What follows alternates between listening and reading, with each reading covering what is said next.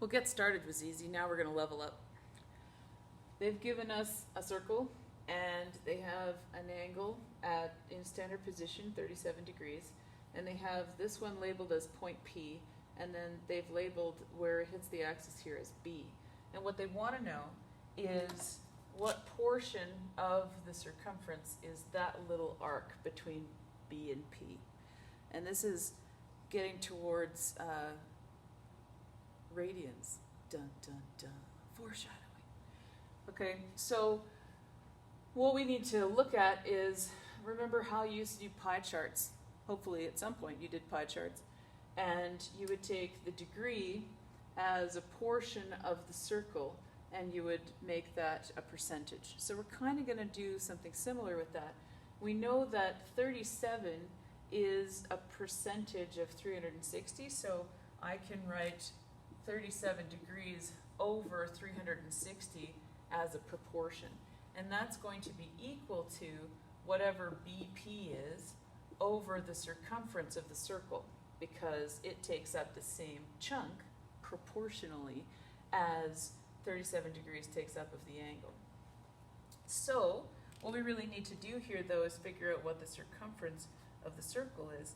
And in this case, the circumference of the circle is going to be, we know that circumference equals pi times diameter, but it also equals 2 pi times the radius, because 2 times the radius is the diameter.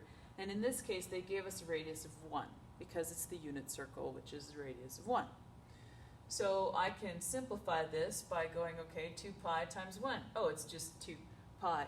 So if the circumference equals 2 pi, then I can put that in there, and I can just write 37 degrees over 360 degrees equals this angle I want, or the side arc, the arc I want, over 2 pi.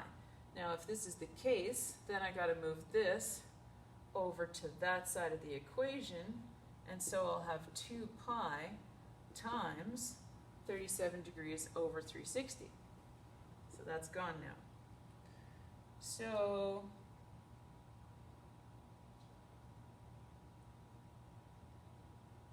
I guess we should pause here and basically show that what we're doing is taking the full circumference and incorporating this proportion by going 37 over 360. So this is going to make a percentage, and then it's going to take that percentage of 2 pi.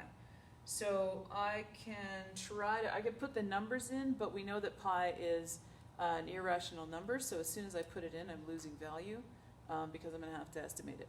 So what I want to do instead is I'm just going to redraw it over here. Arc BP is going to be equal to 2 pi times 37 over 360, and I don't really want to solve that out, I just want to simplify it. So what I want to do is 2 and 360 work together. I can just go divide by 2 on each side, and I end up with 37 times pi over 180. The reason we're being fussy about this is because what we're actually trying to do is distill an equation from this that we could use for anything. So the arc length is BP is going to be equal to the angle that we put here times pi over 180 for any circle. So we could work out an actual number for this one, but it doesn't really have any significance. What we do want to look at, though, is that we've taken a pattern and made a formula out of it. So now we have a formula for any arc length that we can just go, okay, well, if the interior angle, the reference angle is this, I'm going to put that reference angle here, and then I can multiply it by pi over 180 and get the arc length.